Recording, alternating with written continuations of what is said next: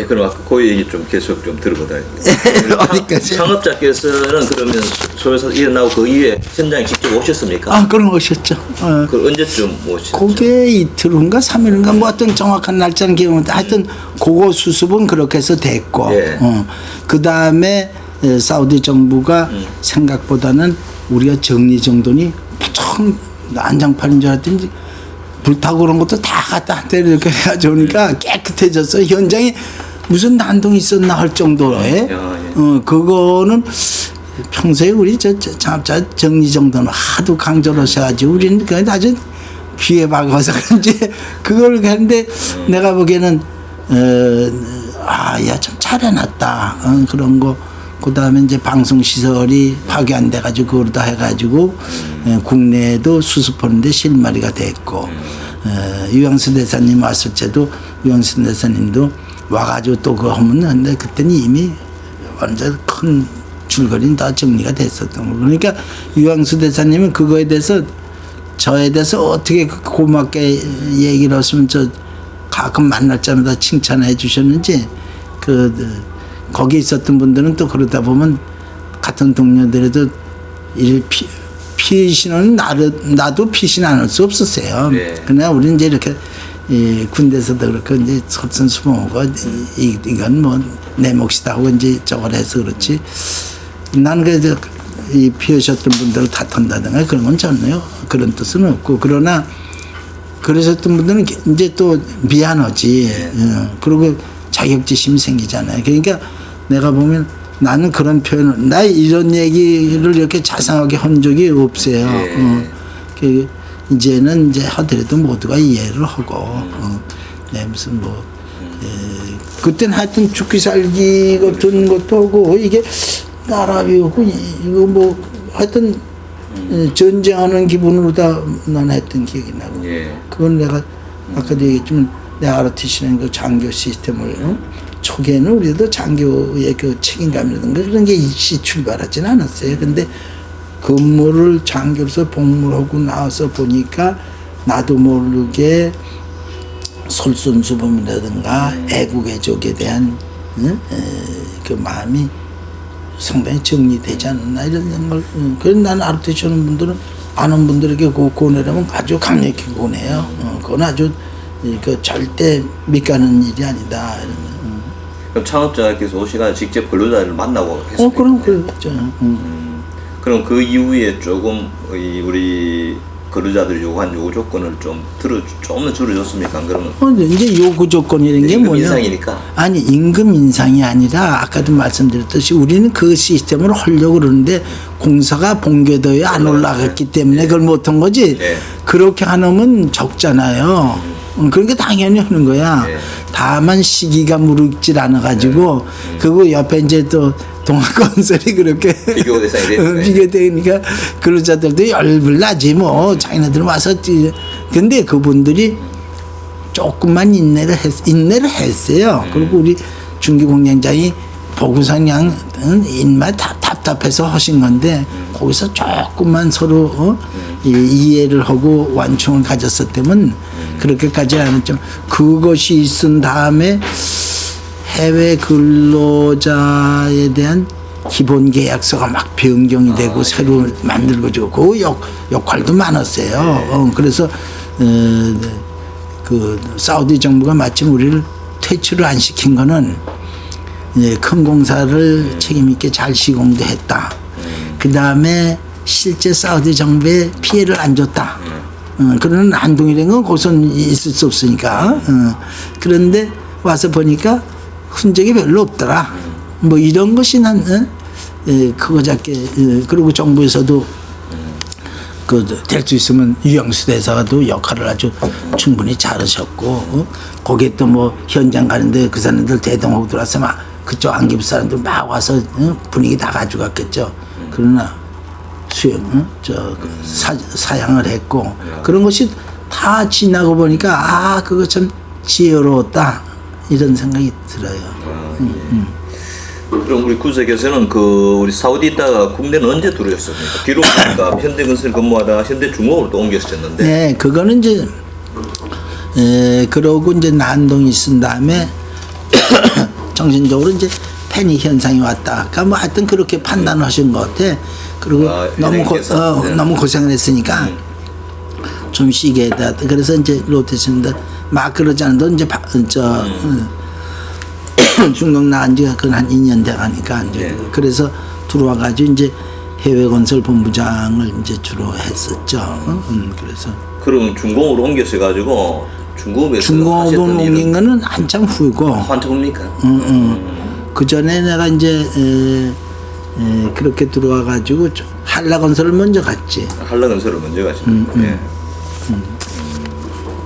그럼 한라건설은 그때는 현대 계열에서 안 그런 독립된 어떤 그런가요? 정인 회장님 주로 운영하시는 걸로 알고 있는데. 근데 이제 한라건설하면 현대에 있었던 분들도 혼돈을 해요. 예. 근데 지금도 한라건설이 있어요. 예. 근데 이 한라건설하고 그 당시 한라건설은 완전히 별개야. 아, 그렇습니까? 예, 관계 없어요. 내가 아는 관계 없어. 예. 왜냐하면 옛날에 정인영 회장님이 한라라는 단어를 아주 애용을 하셨어. 그래가지고 무슨 회사, 건설회사 조그맣게 이제 그룹 내 만드시면서 한라라는 단어를 한라건설 비슷한 무슨 뭐 하여튼 이제 정인영 회장님은 자동차 부품하고 아주 다양하게 하셨거든. 그 당시 선각자적이셨죠. 그런데 한라건설을 이제 창업하셔가지고 갖고 계시다가 이게 부실이 됐어. 아, 예. 그래가지고 아주 공경에 처해지시니까 그때 이제 정경 회장님이 그럼 내가 인수해주마 해가지고 인수하신 걸로 알고 있어요. 도로 인수를 하신대요. 아니요, 도로 인수 아니라 한라건설을 창업은 정인영 회장님 하셨고, 그게 이제 부실이 되니까 거기에 예를 들어서 자금도 그렇고 형사적인 무책임도 일어날 수 있으니까 그걸 이제 창업자 되신 분이 인수를 하셨어요. 그러고 나서 보니까 거기에 관리들이 필요하다.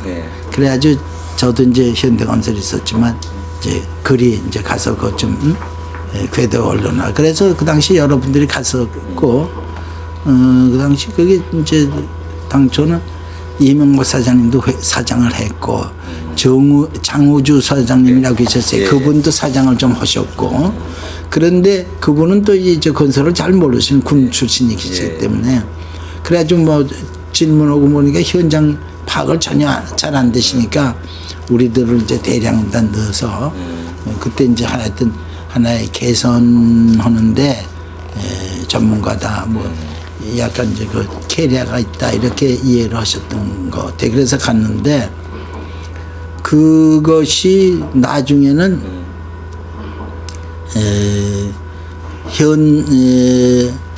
도시개발 주식회사라는 게 있었어요. 네. 한국도시개발. 네. 그것이 옛날에 현대아파트 사건하고 관계돼야지.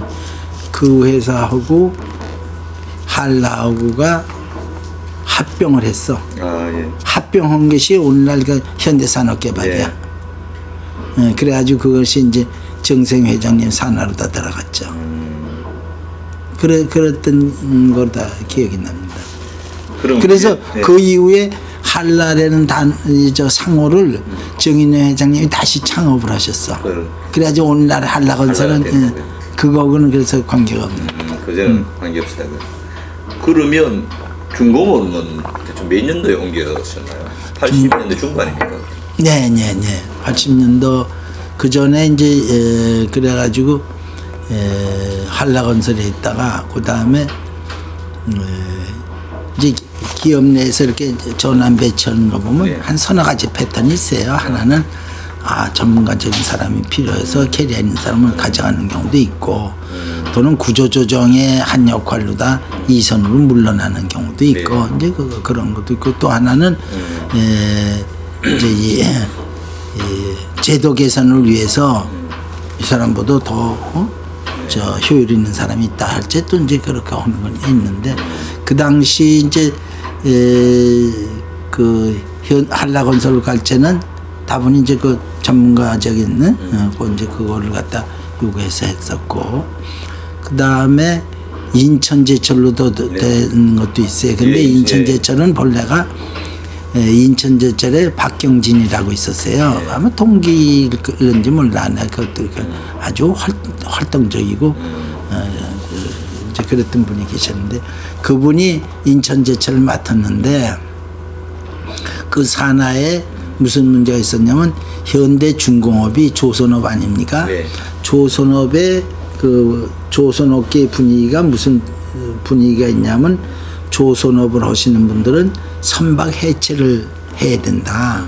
해체에 예를 들어서 분담금을 내든가 아니면 해체 사업을 직접 해가지고 선박 해체 그걸 일단 줄이는데 기여를 해야 된다. 그래가지고 의무사항이 있고 그 이제 장애인 의무 고용이 있듯이 이제 그런 제도가 옛날에 현대 세계 조선업계에 있었어요. 그러니까 그거 일환으로 다 선박 해체 사업을 했어. 그걸 울산에다 선박 해체 사업을. 그런데 그걸 갖다 인천제철이 관할을 했어요. 그래가지고 그 인천제철하고 내가 선박 해체는 사실은 거기에 또 다른 반계에 해당된 거지. 제철하고 이 하고는 직접적인 관계는 없어요. 그래 거기 내가 책임자로 가서 선박 해체를 했었지.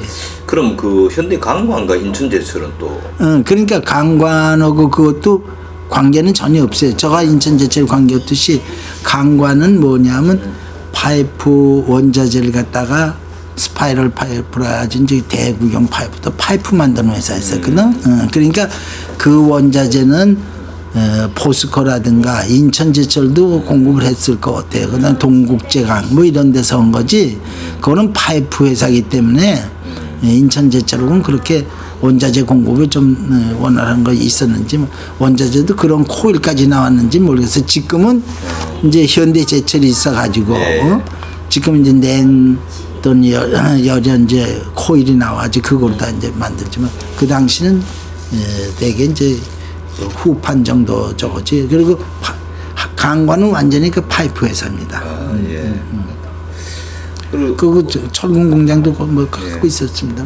어떻든 지금 우리 부산에 굉장히 다양한 어떤 그런 회사를 좀 많이 다녔었는데 이렇게 이제 물론 이렇게 실무 능력이 뛰어나시니까 다녔겠는데 이런 결정은 주로 뭐 이 창업자들이 깨서 직접 하시는가요? 안 그러면 실무적인 그때 이제 이게 그래 저 정도면은 직접 하시든가 최소한 다 알고는 계셨지. 그렇게 봐야죠. 그러니까 제 역할이 아주 잘해가지고 거기 적격해다 이렇게 보내시는 경우도 있었지만 어떤 경우는 예를 들어서 구조조정에 대상자 그 기업은 계속 승진을 하시는 거예요. 그 승진은 예를 들어서 현대건설이 A 회사라면 반교는 B 회사라고도 흔히 인식될 수 있지 않습니까? 그 B 회사로 갈 때는 그만큼 그리고 보수 차이도 있어요. 근데 그러니까 그럴 때는 한 계급 올려가지고 엔카레지 시켜주는 것도 있고 그것도 안 오고 그냥 어떤 면에서 넌 이제 그만둬라 이제 그런 뜻도 당길 때도 있고. 근데 어떻든 우리 자료를 보니까 현대 엘리베이터 이제 대표이사 사장까지 역임하시고 현대를 이제 떠나게 되는데 이게 현대와 인연은 마지막입니까? 현대 엘리베이터가? 그렇습니다. 그럼 혹시 뭐 떠나게 된 계기라든가 뭐 그런 건 좀 있죠. 그러니까 이 현대 내가 강관에도 있다. 그 다음에 강관에도 있다. 그 선박 해체 자체가 인천제철에 있다가 인천제철이 또 그걸 갖다가 현대 전공 전공으로도 소속이 바뀌었어요. 그 선박이고 저 울산이 그거기 때문에 그러니까 전공으로 갔다가 또 거기에서도 이제 전공이 정문구 회장님 산하거든. 거기에서 정문구 회장님하고 내가 오래 저걸 했어요. 또 절 그냥 같이 이뤄지는 그런 제안도 절 잘 보셨는지 그래서 나도 늘 고맙게 생각합니다. 그래가지고 이제 현대 강관에도 이제 가서 이제 부사장을 있다가 그 다음에 내가 이제 현대 중공업을 간 것 같아. 중공업을 가가지고 그것도 이제 부사장으로 갔다. 이제 관리 책임자로 가서 거기 이제 중공업은 하도 인사 문제가 많이 나고 파업이 많고 그러니까 그런 거에도 이제 관리하다 보면 인사라든가 노무 관리가 부수적으로 따라가거든. 그러니까 이제 그래서 갔던 경우도 있고 하여튼 중심에서 핵심에서 좀 벗어나는 경우도 우리가 스스로 인정을 해야죠. 그럼 이제 창업자의 에피소드에 대해서 좀 여쭤보도록 하겠습니다. 그러면 우리 일반적으로 우리 창업자는 매우 엄하셨다고 그러잖아요. 네. 창업자의 카리스마에 대해 가지고 좀 직접 경험한 부분에 좀 말씀해 주시겠습니까? 그러시죠 뭐. 이 3쪽이 질문제 3쪽이 있습니다. 어우 벌써 3주이 넘어갔네. 예. 너무 많이 얘기를 해서 미안하네. 아니 괜찮습니다. 중간쯤 부분이. 네.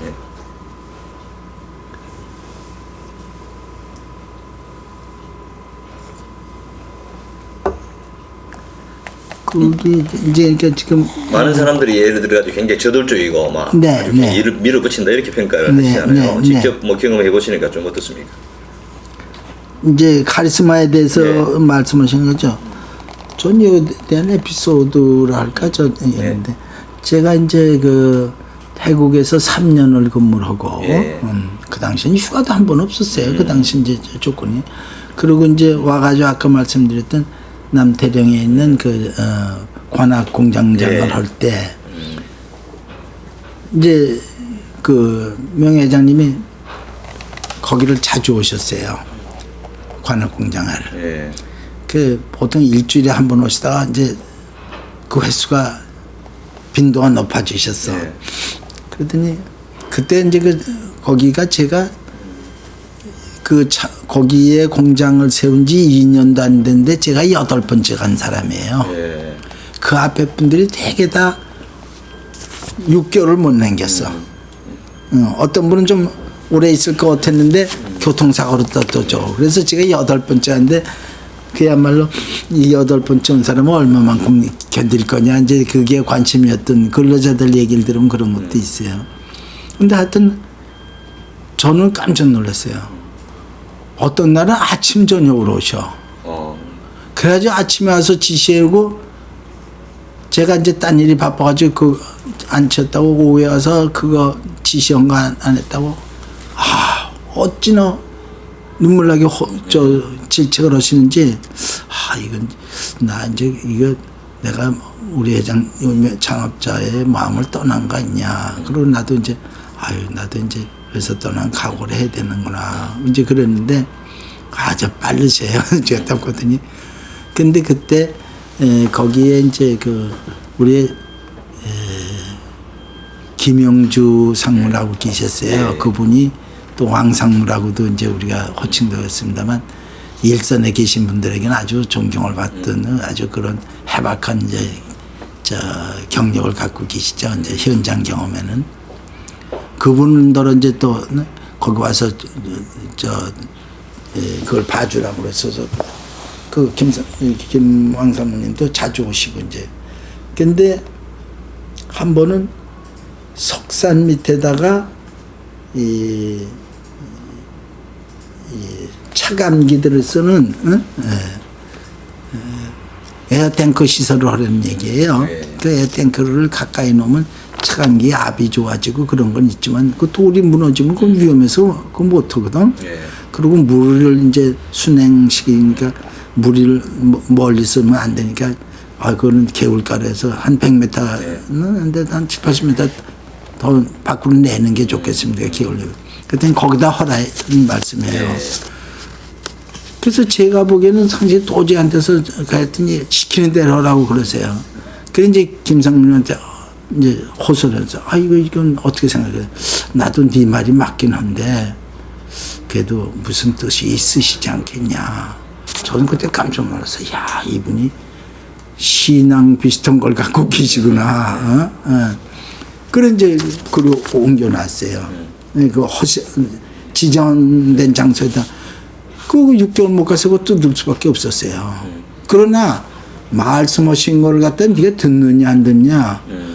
그 다음에 이제 저걸 꾸지람을 그렇게 해서 저도 이게 이제 마음이 떠나셨나 이제 그러고 슬픔 비슷하고 이제 그런 거 했는데 그 다음에는 우리 김상무님을 꾸지람을 하시는 거예요. 김상무님이 이제 나를 평가하고 이렇게 보고를 했었던 거에서 그러더니 김상무님을 꾸지람을 하시는데 나에게 주셨던 꾸지람은 칭찬이야. 이야 놀랬어. 그래 제가 무슨 이제 난 그만두란 얘기야. 그거는 말도 못하고 접었던 기억이 있어요. 그래서 이분은 철학을 종교 비슷한 철학을 갖고 있구나. 근데 김상무님 그 혼나시는 걸 보니 아까 얘기했듯이 저는 칭찬이었던 것 같아요. 그래 그런 거로 봤는데 그 다음에 지나고 보니까 나를 훈련시키신 거야. 훈련은 그렇게 지독하게 시키셔요. 그러고 그렇게 지나고 나서 내가 이렇게 보니까 나도 모르게 내가 한 단계 업그레이드된 그런 느낌을 받았어요. 그래서 이분의 카리스마는 때에 따라서는 이해관계보다 손익관계를 떠나서 훈련 차원도 있고 그런 거 할 때는 아주 그냥 매몰찬 저걸 하시는데 숨은 거 보면 그거 다 훈련의 일환이다. 그 아까 말씀드렸죠. 그래 김상무는 그 다음에 날 아주 굉장히 좋아하셔가지고 처음에는 오해도 하시고 그랬습니다. 아주 그분은 이 현장에서는 아주 둘도 없으신 분이었으니까 그런 에피소드를 다 혹시 카리스마가 조금 설명될 수 있을는지 모르겠습니다. 그렇게 그리고 이제 창업자는 공사를 하는 데 있어가지고 우리가 일반적으로 이윤과 신용이 충돌할 경우가 많이 있지 않습니까? 네. 그럴 때 보통 이제 우리